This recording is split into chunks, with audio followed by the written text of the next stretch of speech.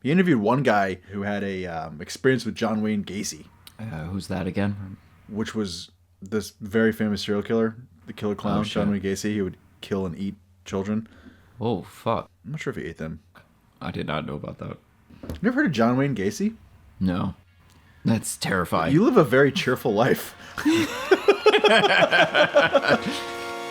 We've seen things that no one has seen before. We've seen things out there. We've seen things that most people could never understand. And we've seen things too. You don't know, man. You weren't there. You'd be surprised the likes of which we have seen. Don't be so quick to say everything's the likes of which we haven't seen. We've seen things the likes of which you probably haven't seen yourself.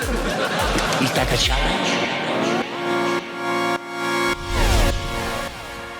We'll just get right into it. How y'all doing? My name's Matt. I'm with my good buddy, colleague here, filmmaker, fan alike, Zach Jumper. That's me. His last name is Bauer, if you didn't mention, which you didn't. I try not to. Oh, my bad. Thanks. And his social security number is... No.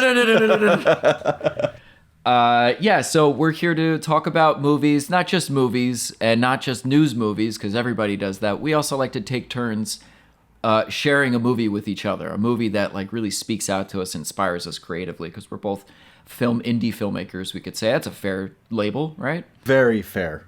Very indie. Yeah.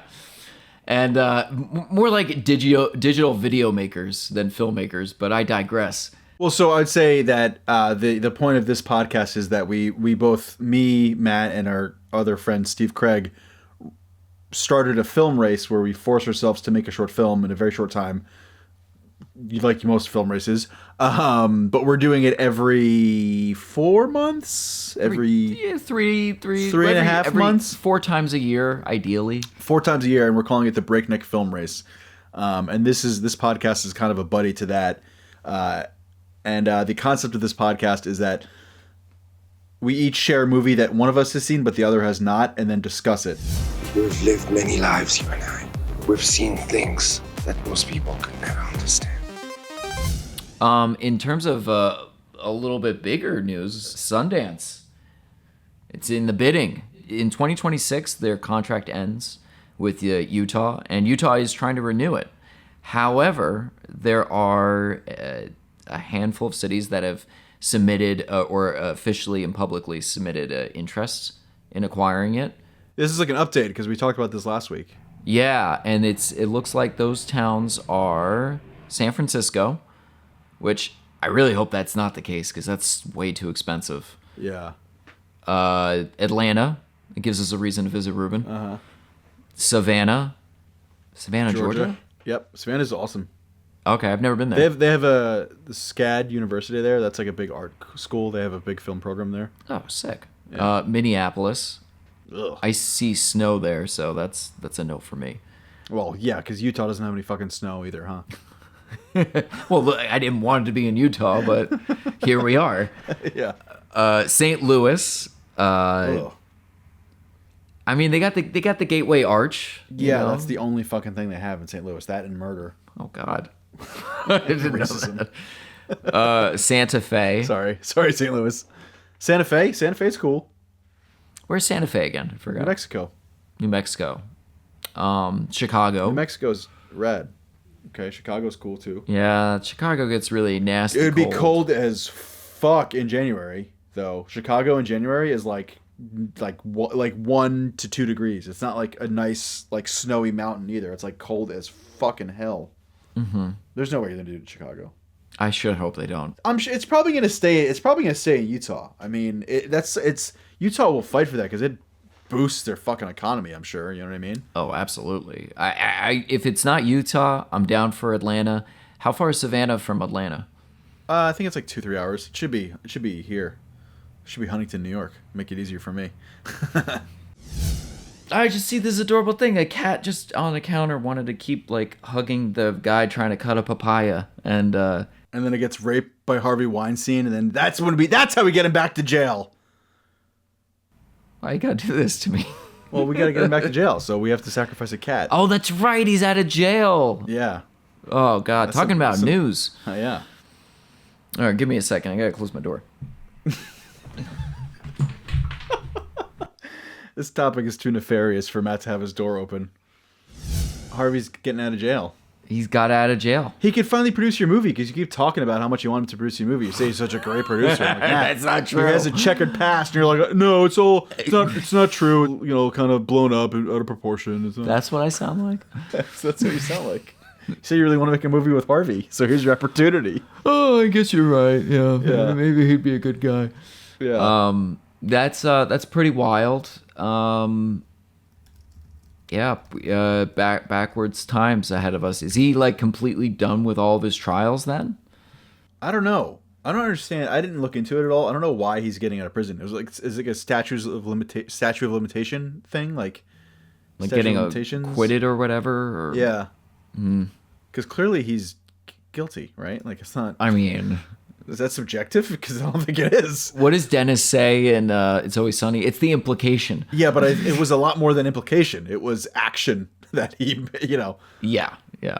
No, but I'm just saying it's like it's implied he's done for. I think rather it should be. Even if somehow he survives all this and is back in public, like he is the synonym of the cancel culture.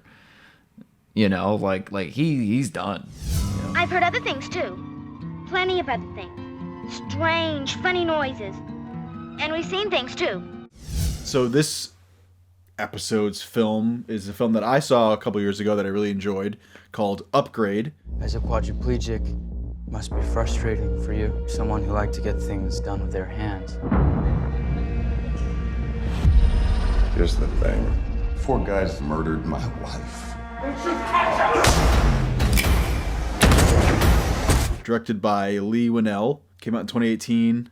It's starring Logan Marshall Green. And I saw it a couple years ago, and I'm a big sci-fi, dystopian, kind of grungy, dark fan. And this kind of was right up my alley. I hadn't seen it since the first time I watched it. And I thought it'd be a good discussion to talk about for the podcast, or a good film to talk about for the podcast.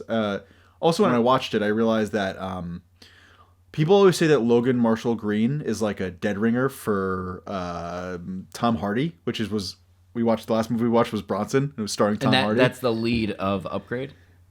Logan Marshall Green is he's the lead in Upgrade.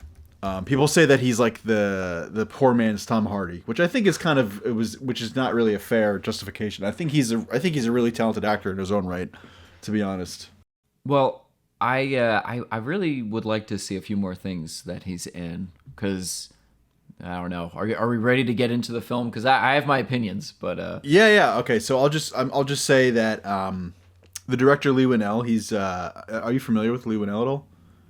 Give me some samples that he's done. Well, he played, I think his character's name was Adam in Saw. He played the photographer in the original Saw, and he actually wrote Saw 1, 2, and 3. Mm-hmm. Okay. He also wrote the Insidious movies, and his first directorial debut was Insidious Chapter 3, which I didn't see, but then this was his follow-up, which was a total original IP. And then his movie after this was The Invisible Man, which I also really liked, but I think this movie kind of goes under the radar, because it is... Elizabeth Moss inside Invisible Man. Yeah, I did like that one. Yeah, but this film had a super small budget. It was $5 million. We are going to finish the job we started.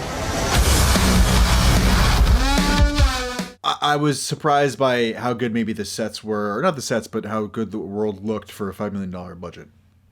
Yeah, I think the production value was definitely in the design, which wasn't, really shaking things up too much. It was just giving you a very only a step or two in the future in terms of the look and the aesthetic. I mean, we're here. I think eventually we're gonna have to segue into just a general AI discussion as well, for sure, because that's just crazy. But nonetheless, AI is very much relevant in this scene, in the whole movie rather. And this was before the AI boom. I mean, this came out in 2018, so it was before we really, Before 2018, I thought it was older. No, The Invitation was older, right? That's The Invitation, I think, is 2015. 2015. Okay, 2016, gotcha. Something like that. Yeah, so it was ahead of the curve for sure. Yeah. But overall, what'd you think of the movie? Overall, there's something. Can I go right into spoilers? Because I feel like I had an opinion, and then I saw the end of the movie, and I had a totally different opinion. Sure. If you want to do that, yeah, go for it. I mean, the movie's fucking old, so yeah, you're fine. You know what I I'm mean? sure I'm fine. And, Look, and who? Yeah, the 3 people that watch this are really gonna be bummed. You spoiled a fucking 6-year-old movie. Yeah, go for Well, it. this is the heads up. Well, it's a spoiler time, so if you haven't seen it, yeah. First off, anyone who's watching this should not be watching it if they haven't seen the movie. What's the point? You know, we love our banter's great, but come on, we're talking about movies. Yeah. So that said, I thought the writing was so cliche in terms of like who the lead was. He's like, I'm just a mechanic. I'm a guy who's salt of the earth, connected to the ground. And I'm going somewhere with this. I'm not here to bash it entirely. And like there was just a bunch of cliches and what felt like cliches just to get him to that first act where you finally see him kicking ass with Stem. That's his name, right? Its name. Yep. That once Stem's installed in him, like then you realize. I think this movie. I realized I was like, I think this movie prioritized its action and choreography and its camera work during those moments, because those blew me out of the water. It's fucking so good, dude. Oh The my God. fatalities, especially on the first guy. So I was gonna say, I think this movie had better kills than any movie I can remember in like the last 10, 15 years of any horror film, and I wouldn't really consider this a horror film. I consider it more sci-fi thriller. How do you think The Raid stacks up to this, the first one, in terms of the kills? I think this has obviously a lot fewer, but I think way more fucking brutal. I mean, really, the Okay. 2 most brutal ones in this are the mouth one, which is like top 5 kills of all time in any movie, and the one where he breaks the guy's arm and shoots him in the face. His own arm, you know what I mean? When he's Oh on the my rooftop. God, yeah. His head just fucking It's explodes. gone. Those 2 kills are like, I mean, there's only like, you know, I mean, those are the 2 that you really see like firsthand. Those are so brutal that I think like it kind of surpasses what I remember from The Raid. I can't remember one. Okay, so I'll say especially the knife one. Oh, yeah. Nothing sticks out in my mind like that kill from any other movie that I can remember. Like I can think about maybe a Saw movie, like and also the same director and writer wrote Saw, so that makes sense. Yeah, it's hard to beat that knife one, man. It looks so good, and the fucking prop they used with his head splits open, like Totally. And it's, gosh, there's something, it's like you'd think a decapitation is just as gross, but no, you're seeing that lower jaw. oh my god, know? it's so good. Yeah. And it's so, oh gosh. I'm also the kind of guy that like whenever someone's gonna draw blood in a movie or show, I shiver up a little bit. I'm just like, oh no, the blood. I don't want to deal with that. But when it's this over the top, like it just I have a better time appreciating it without cringing. Like it leaves a real impression. So I guess from that point on though, not only does it feel like this guy's going on a journey, he's gonna go get the answers, he's gonna kill the killers and everything. I still was in this camp from like the moment he got into the car and drove off and got into the accident in the first act. I was like, clearly the scientist did it, the guy who implanted in it, and I just knew that, you know, from Okay. movie logic. Sure. And I guess you could say I wasn't wrong. However, once Stem was in the conversation with, what's the lead character's name? Gray. Gray. Yeah, thank you. Once he's starting to have conversations with Gray, and it's like, okay, this is a little more compelling because he phrases things rather sternly. So, like, for instance, when pretty much when the guy's like, I'm about to get shut down, and he's just like, we don't have time for this. And he's like, no, you don't understand. If we get shut down, you will be taken away. Yeah. And that alone, it's just like this guy knows You'll how to be manipulate him. paraplegic. You won't be able to move. Yeah, and he's terrified of that now that he has a purpose in his life. And I was like, okay, well, you know, Stem is written really well in that regard. Like I revered him. I kind of respected him in that moment. But gosh, you get to that finale and you realize Stem did it all. And he was the reason why, and he manipulated the scientist. And and it's not so much that like he wanted to clean up the mess, like he really did use, like he must have known who the killers were. He couldn't actually read from the drone footage what it was. He was just bullshitting. Yeah, I think so. Because he hired them, so he knows all that information. Yeah. And I should have known to think it was AI, but at the same time, the trailer was so much fun. So I was just like, oh, okay, this will be cool, you know? When he becomes, I mean, we're jumping right to the end, I guess, but when he becomes STEM fully, the way he moves his body is oh my God. I mean, dude, Logan Marshall, that guy's an amazing actor. He did so well. Yeah. Like, just how he moved his body when he became STEM. Also, as he's walking out after the ending of the scene, you see the red background. That's actually that's the poster for the movie, which I'm like, that's amazing. Like, that really is. Yeah. The last image of the movie, and the last image of the movie is the fucking first thing you see for the movie. Like, it's genius. To that note about the very ending, Steve, our buddy Steve Craig, fellow Breakneck filmmaker, film race guy, he watched Upgrade with me at the same time because he was around in the neighborhood. And had he never seen it before? No, he never saw it either. He was asking me because I made the comparison of how, like, I'm not in a different conversation. I told him I'm not the biggest fan of. I don't want to fall back into an Alex Garland tangent, but I was telling him I wasn't the biggest fan of Ex Machina. And then he asked me, because I told him, I think right before we started recording. I love Ex Machina. Jesus Christ. I love that movie so much. A lot of people do. The score is so good, dude. Of Ex Machina. I know. I'm just saying, like, as an AI overthrow movie, it's thoughtful, but, like, I just grew up with so many AI takeover movies that none of them didn't feel nearly as unique as this did. Because this is all about a permissions override, you know? Which is something that, like, isn't really thought out enough, I think, without there being, like, a cliche action sequence oriented with it. Like, all he had to do was just go to some backdoor hacker and fix something that he thought was fixing him, but really was just, like, unleashing the beast. What was the line? I wrote it down. Or what is it? Remove input guards. That shit, when he said that, I was like, oh my God, that's terrifying. Like, yeah. When he's falling apart as he's slowly shutting down, that's also pretty scary, too. And the fact that no one else can hear him but him in that moment. Yeah. God. And I think that just speaks to, and this is my last point, then I'll No, for wrap sure. it up. This also, like, and this speaks to the point I made earlier that, like, I had one opinion beforehand, and then once it was done, I realized the guy's story for revenge, his character, his circumstances, they just from beginning up until the end felt cliche. It was just kind of like, I'm the rough and tough guy who knows nothing about tech, so let's throw in a Luddite joke here and there. And, like, I don't know, I thought that the movie wasn't going to reach its full potential, but then realizing that, like, that is this character's story, it's almost as if STEM took a cliche script and invaded it and ended up making pretty much the perfect getaway. And now he's able to manipulate the world as he sees fit. Interesting. Well, if you think that's actually a pretty funny. That's a fun take. But if you think about it, STEM from the first place was the one that probably contacted him about the car. Exactly. Because he probably realized that this guy's an old car mechanic. Probably, if he's working on old cars, that means he's probably not too into new tech. So this is something that I could fully take advantage of. I agree. When it kind of all comes together in the end, you kind of think, like on a second watch through, I tried to pick up some more of these things of, like, yeah, okay, maybe it was STEM taking advantage of this dude's negligence about technology or whatever. It's a fun film. It's really fun, you know. It is.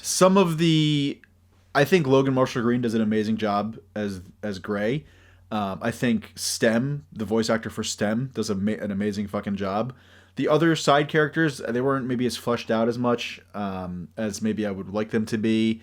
Like, the villains kind of felt like the villains just because they were bad guys. Mm-hmm. And it was maybe some parts were an excuse to show this amazing fight choreography and camera work. Yeah. But I did like Logan Marshall Green's performance. Him fighting with STEM in the end, trying to fight back against STEM. I mean, that shit was amazing. Yeah. Overall, I think it's a really fun film. I really enjoyed the score for the film. Mm-hmm. I wrote down who scored it. I've never heard of this guy before. Let's hear him. What are those IMDb facts? It wasn't IMDb. It was IMDb to tell me who wrote the score. Gosh, it's very clever. Yeah. So the score was done by Jed Palmer, who I've never heard before. Mm-hmm. Just, I don't know. There's just a lot of, like, things that I really liked about it that I thought were really fun. It's a fun ride. Mm-hmm.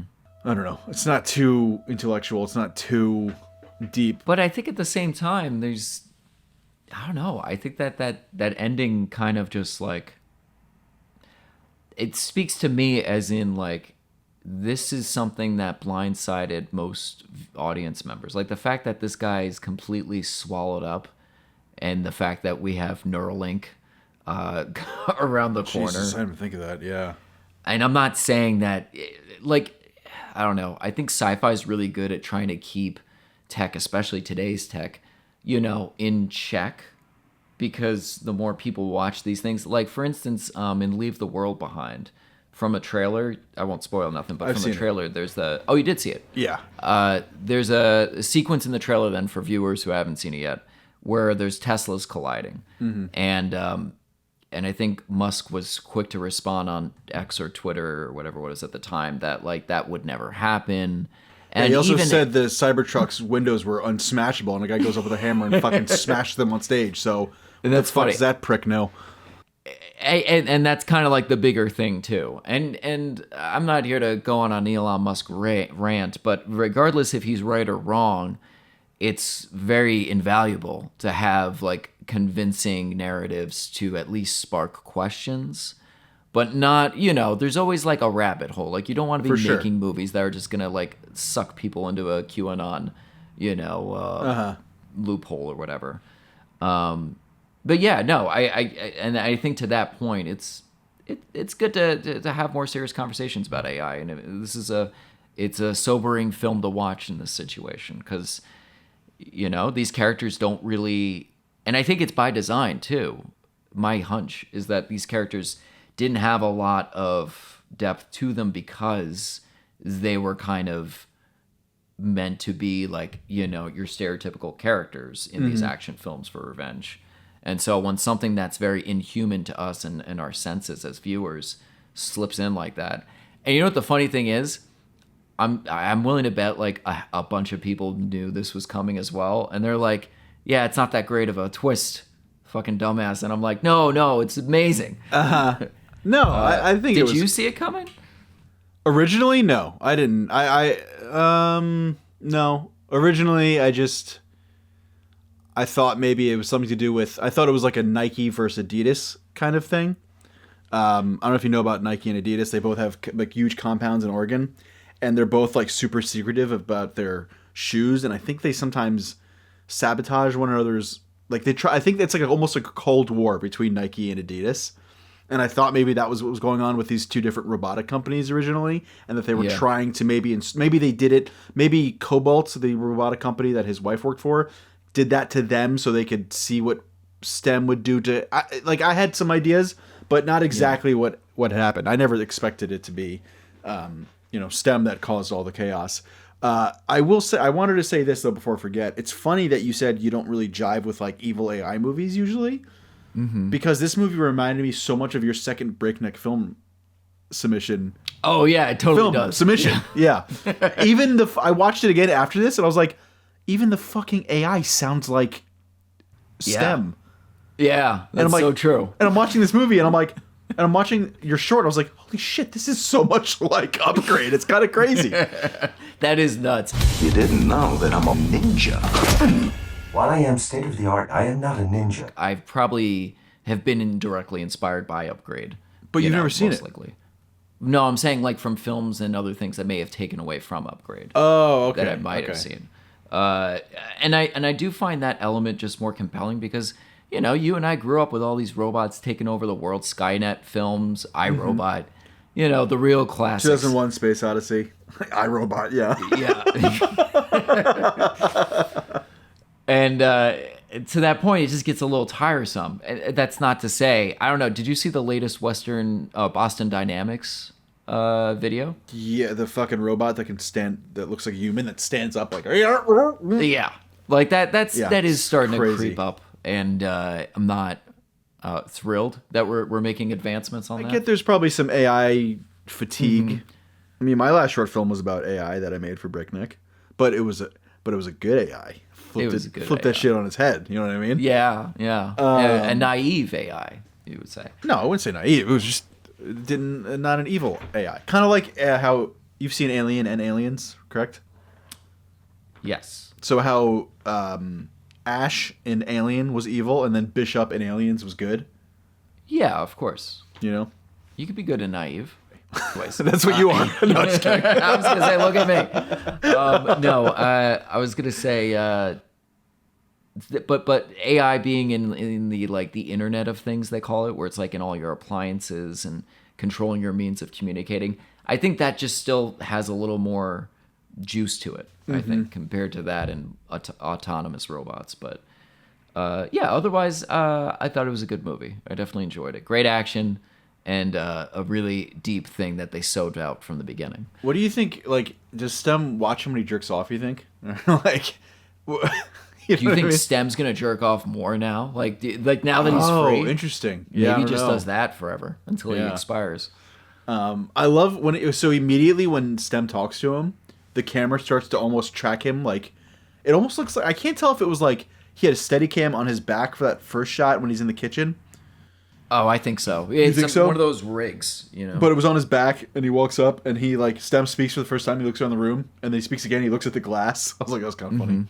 Yeah, but I think the really, like, the big thing for that film, I mean, that first opening fight scene in that guy's house, when he just springs up, and just the choreography of that fight and the camera work, I mean, it's fucking amazing, dude. It's like, yeah, it's funny because you'd think Lee Winnell, you know, he's known for more horror. I mean, he's known for the Saw movies and Insidious, not so much like choreographed fighting or like an action movie. And I feel like that's where this movie really shined. Well, I mean, they say if you're a director, you're kind of just like the most proficient mediocre person on set. So to that, maybe he had a really amazing choreographer and cinematographer. Like usually there's supposed to be a very healthy relationship between those two departments. That's true. And I'm sure the breakthrough of digital cameras just changes the game up if you have the vision for it. Yeah. Dude, when he's in that initial fight scene, when he's breaking the plates on the guy's face, and you know he's doing it, the main when Gray's breaking the plates on the guy's face, and his face, like Gray's face, just like, oh my god, stop! You know, he's like, he looks mortified as he's fucking just annihilating this dude in this kitchen. Yeah, I thought that was amazing. Yeah, I think there's like a lot of for Logan Marshall Green. I think he had to do a lot of things that maybe we don't realize that not a lot of actors would have to do. Like the way he had to concentrate about moving his body certain ways. I read that also in those fight scenes he keeps moving his own head because Stem doesn't have control of his head because he's paraplegic. Oh. So Stem is moving. So not only does Logan Marshall Green have to fight, you know, he has this face of looking mortified. He's doing this fight choreography and he's moving his own head. So his like head and body are doing different things. And I don't know. I think that they should, you know, I think it should be kind of more mentioned of how good of a job he did. Yeah. No, I mean, yeah, you're right. You got to give him a lot more credit for it than I have so far, just for the actor alone. And I do want to see other things he's been in because he's in Prometheus. Who was he in? He plays like the love interest in the beginning of Prometheus. They're the first one to get. Oh yeah, the one who gets spiked. Yeah, right? Yeah. What does he say? Big things have small beginnings, and he puts it in his glass. Yeah. Okay, I really love that line. There's parts of it's so funny because there's like parts of like movies that are not great that are like so awesome. That is one of those examples. You know what I mean? Yeah.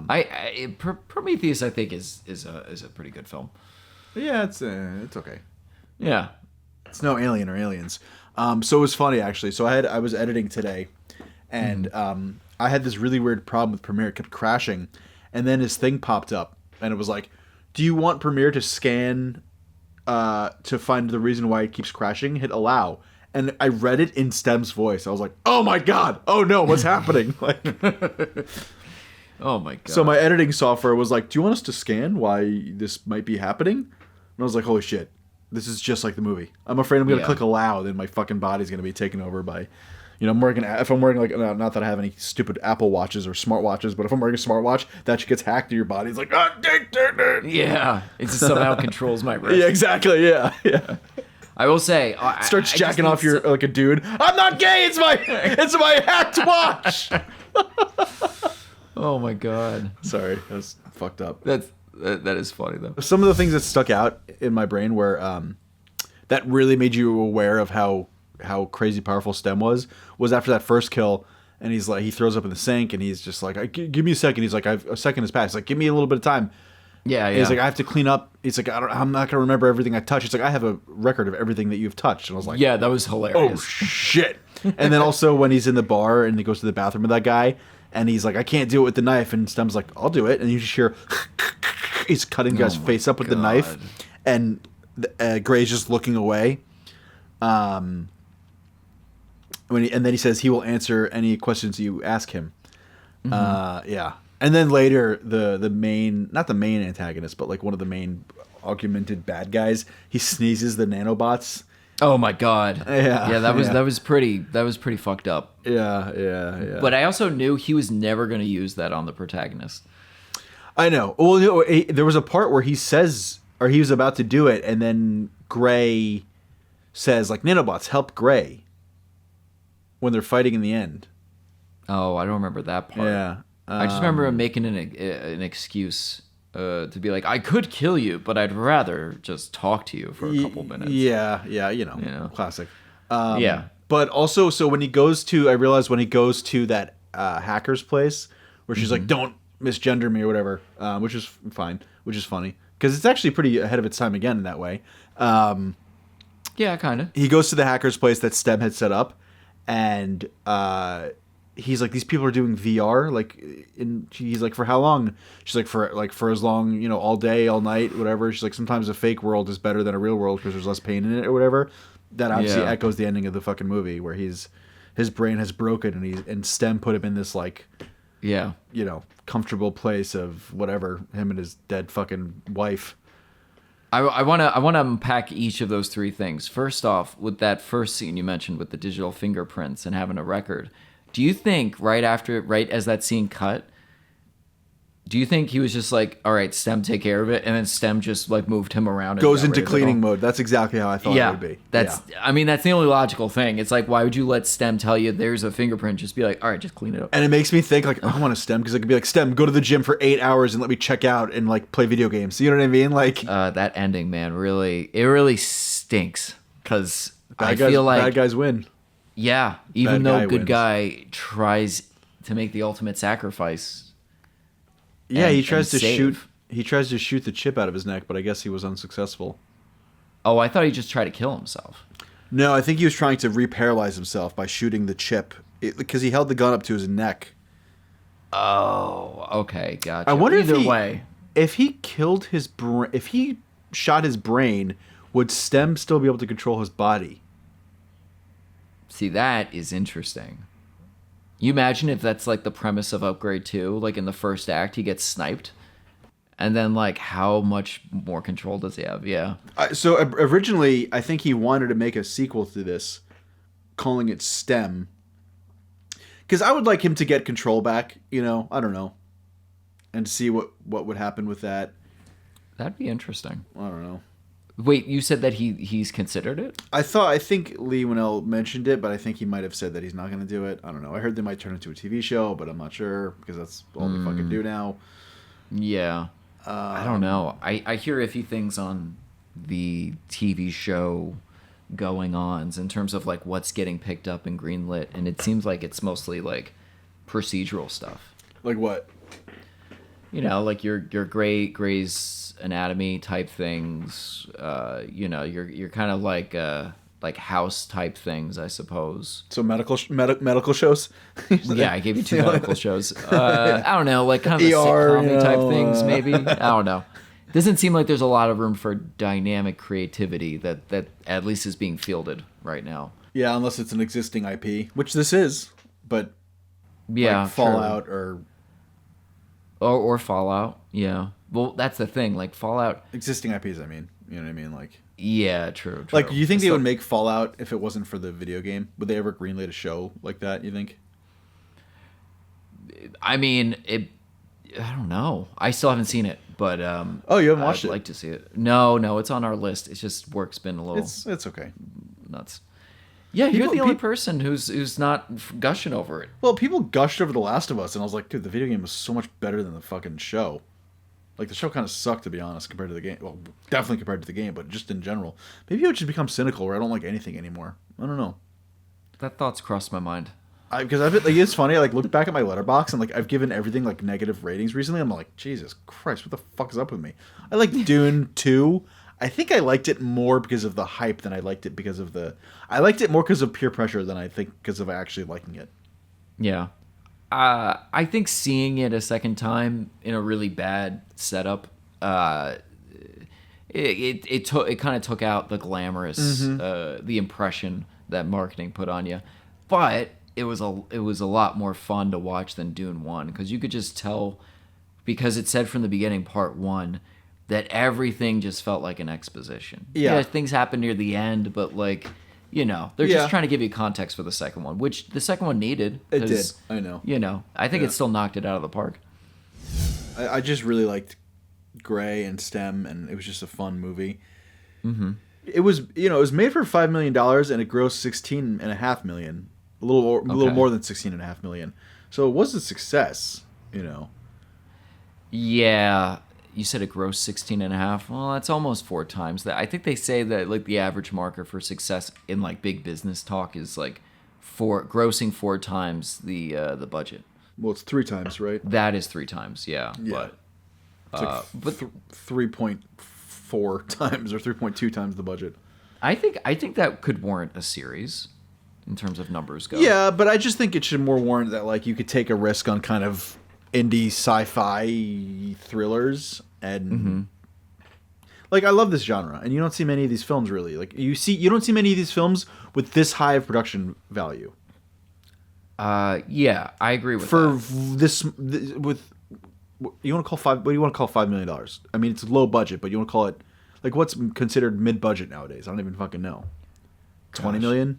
Yeah, the studio's really overinflated all that, I guess, Yeah. over the decades. So it's hard to say. For a small budgeted sci-fi thriller, maybe a little horror. I thought this was really good. I thought it had some really good acting, some probably some of the best fight choreography I've seen in a movie. Probably the best kill I've seen in a movie. Yeah. And I just think it can be done with a small budget, and studios should maybe take risks on small budget films. Sure. Because they can sometimes, I mean, this wasn't a massive hit, but it was, investors got their money back, so. Yeah, and I mean, it's always like, well, you wouldn't consider this horror, right? I mean, some people do. I don't really know where the horror element comes from. Maybe it's like the fear of technology, like Terminator, or like. Yeah, like maybe this is kind of a soft psychological thriller because STEM is in his head. Yeah. Well, I definitely would say it's a thriller, right? Like action, thriller, revenge movie. So it kind of aligns with the, the cliche that like horror films are the cheapest one to make, and they could potentially gross a high amount for what they cost to but make. It's cool because this leads definitely more on sci-fi, so it's like. But yeah, it wasn't as successful as like Paranormal Activity or fucking Blair Witch Project. No, but you make a good point that like getting more eyes on sci-fi is never a bad thing, I'd say. So long as you're not like, I don't know, fucking dishing out schmuck, over and over. Clearly, I love dark sci-fi films. Apparently that's all I can fucking make for the Breakneck Film Challenge. I keep trying to like not go horror sci-fi, but I keep going horror. I'm like, do something else, and I'm like, no, my brain just keeps going grungy, horror, sci-fi, dark. Yeah. And I'm like, all right, I guess this is my lane. I'm gonna at least be in for now. Altogether, we've seen things not of this world and have proven ourselves capable of defeating them. To kind of bring it all full circle, especially with Upgrade, this AI thing in the Adobe stuff that I shared it with you in a text a few days back. What is your take on it? And this is for people who don't know. This is new features that are going to be implemented into Adobe Premiere by the end of this year, 2024. And it includes features such as adding to the frame, subtracting from the frame with generative AI. And it also allows you to extend out the heads and tails of certain shots by creating things that replicate the motion and then the composition. Does it replicate like the camera shake, you think, too, or like the like? It must keep all of that. Or do you have to be locked off?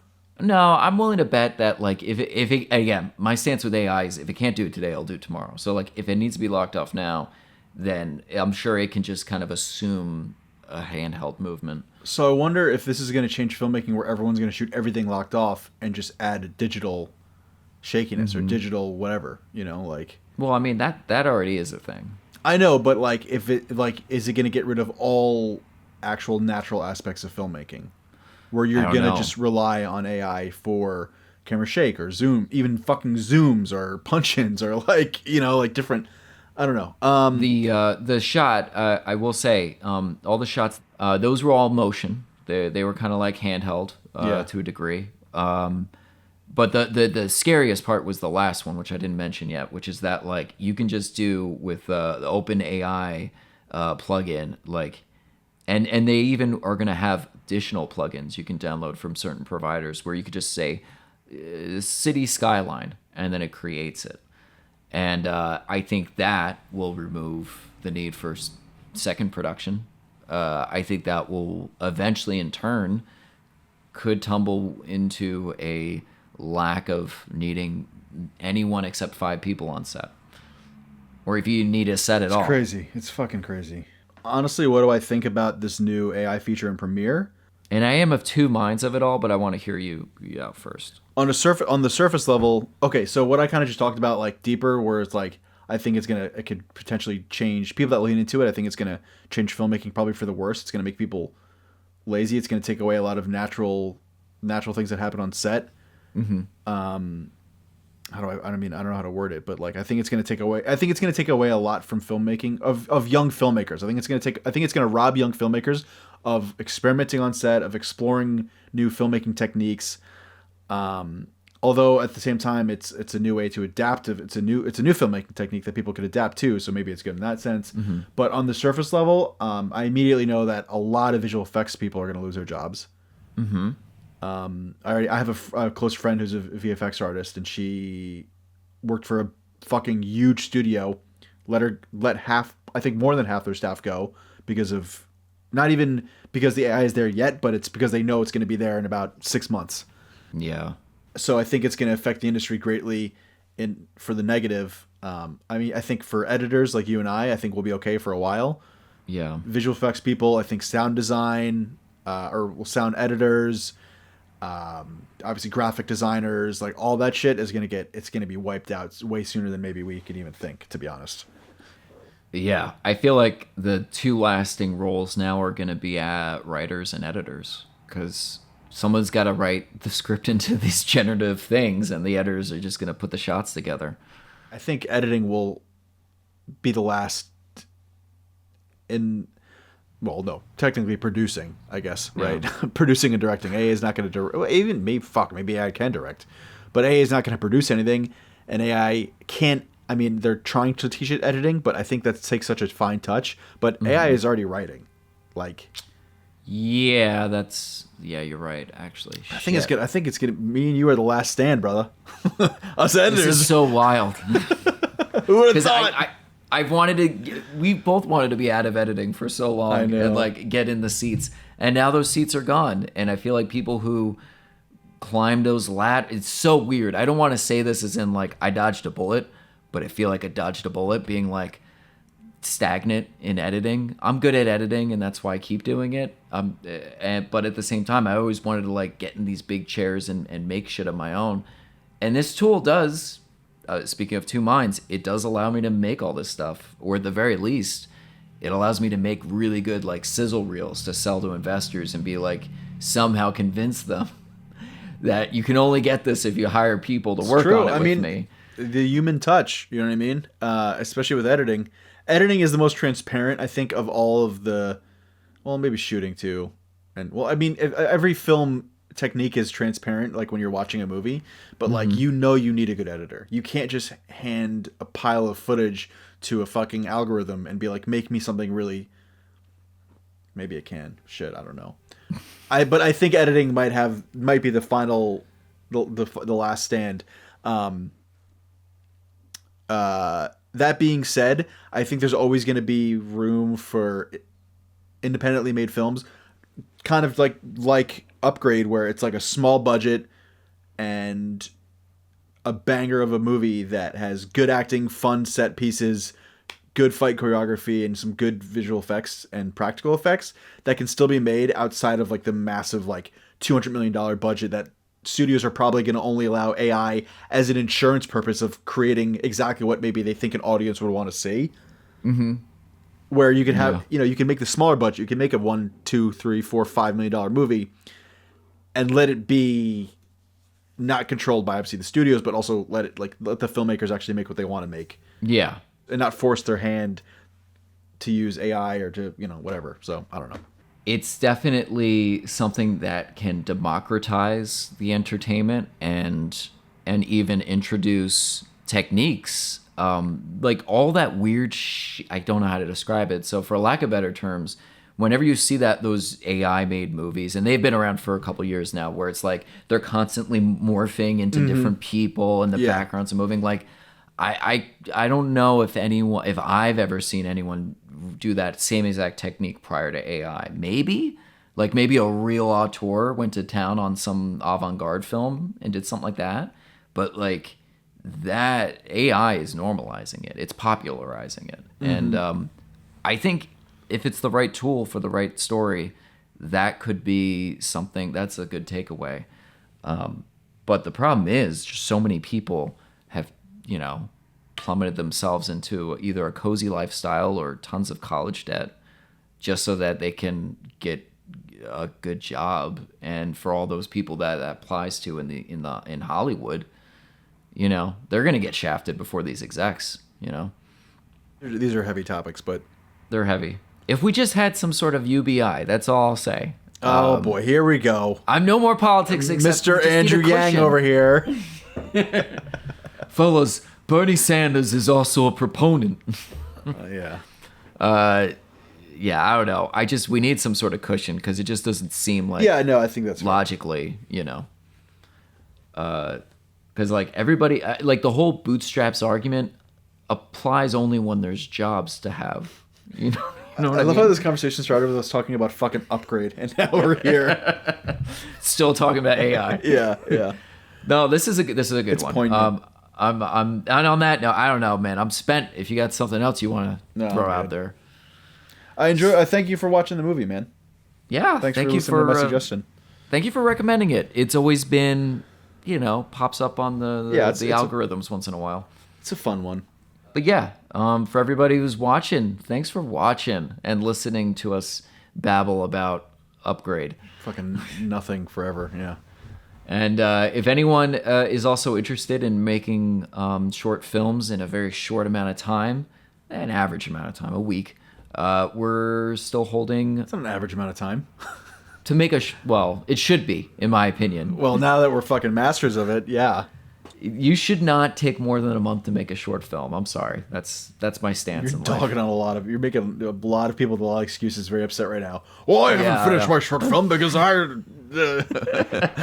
Hey, this is coming from a guy who's spent 3 years of his life making 2 short films. Trying to make 3 short films, but you know what I mean. Yeah. There's a lot of time and effort that goes into it, and I think shorts are best used for an artist to experiment. That's my philosophy, and if you want to get in on it, drop a comment in this video. That's all I got. That was good. I got nothing else to add. All right, then. See y'all later. All right, brother. Thanks, dude.